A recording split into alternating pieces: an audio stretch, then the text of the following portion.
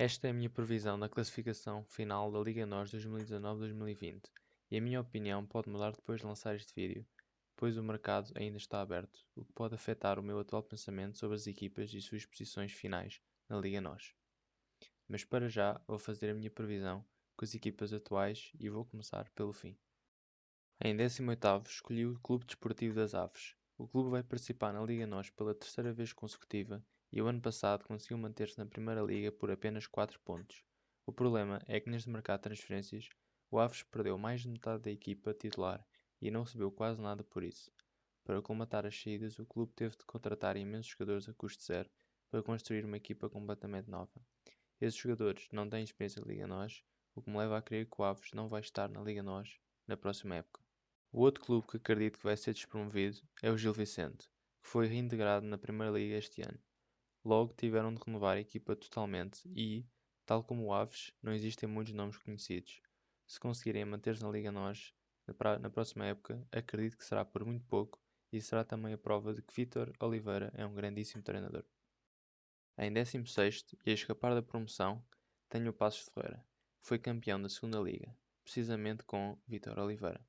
Agora com Filó, o objetivo passa por assegurar a manutenção, e acredito que isso acontecerá, mas só nas últimas jornadas. Em 15º e também escapadas da despromoção por pouco, está o Vitória de Setúbal, que manteve quase toda a equipa e fez uma contratação muito interessante, Hélder Guedes, antigo ponta-lança do Rio Ave. Acredito que Vitória permanecerá na Primeira Liga e muito graças aos golos que Guedes irá marcar durante a época. Em 14º temos o Tondela, que apesar de ter feito bastantes contratações interessantes, perdeu também alguns jogadores importantes, como Tomané. Apesar de tal, penso que o Tondela se manterá na Liga NOS de uma maneira mais tranquila que os anos anteriores, até porque contratou um treinador experiente com uma carreira positiva em Espanha.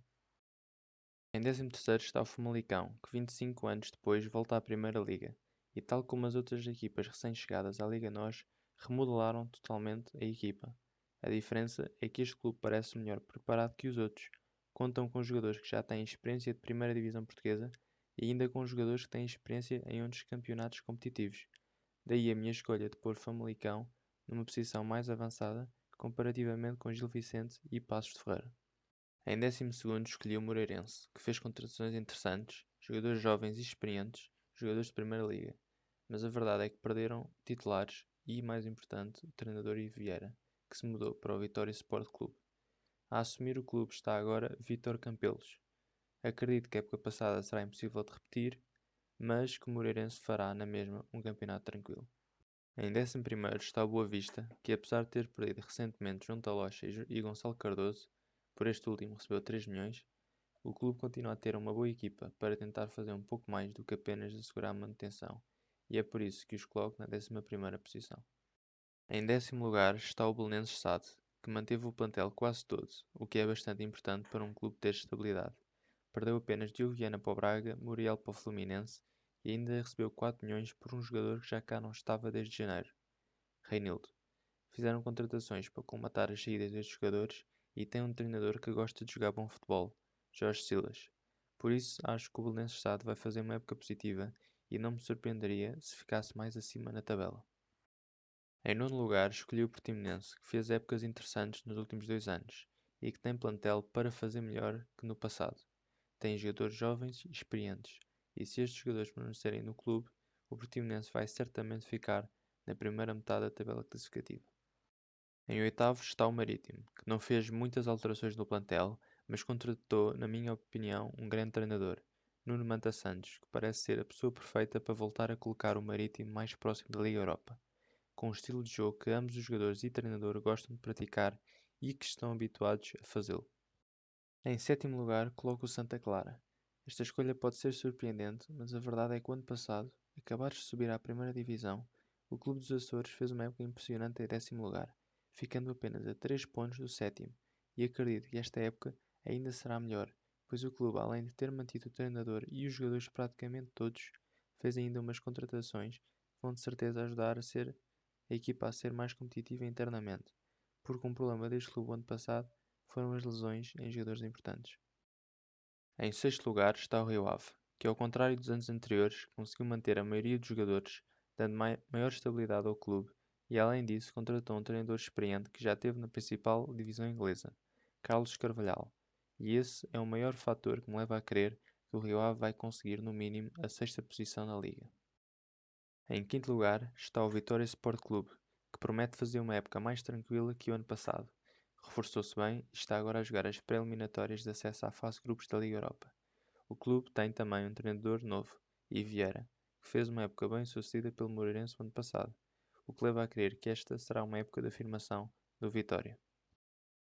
Em quarto lugar, escolho o Braga, que perdeu a estrela de ataque Diego Sousa, o treinador Abel Ferreira e ainda alguns jogadores que foram importantes nos últimos anos do clube.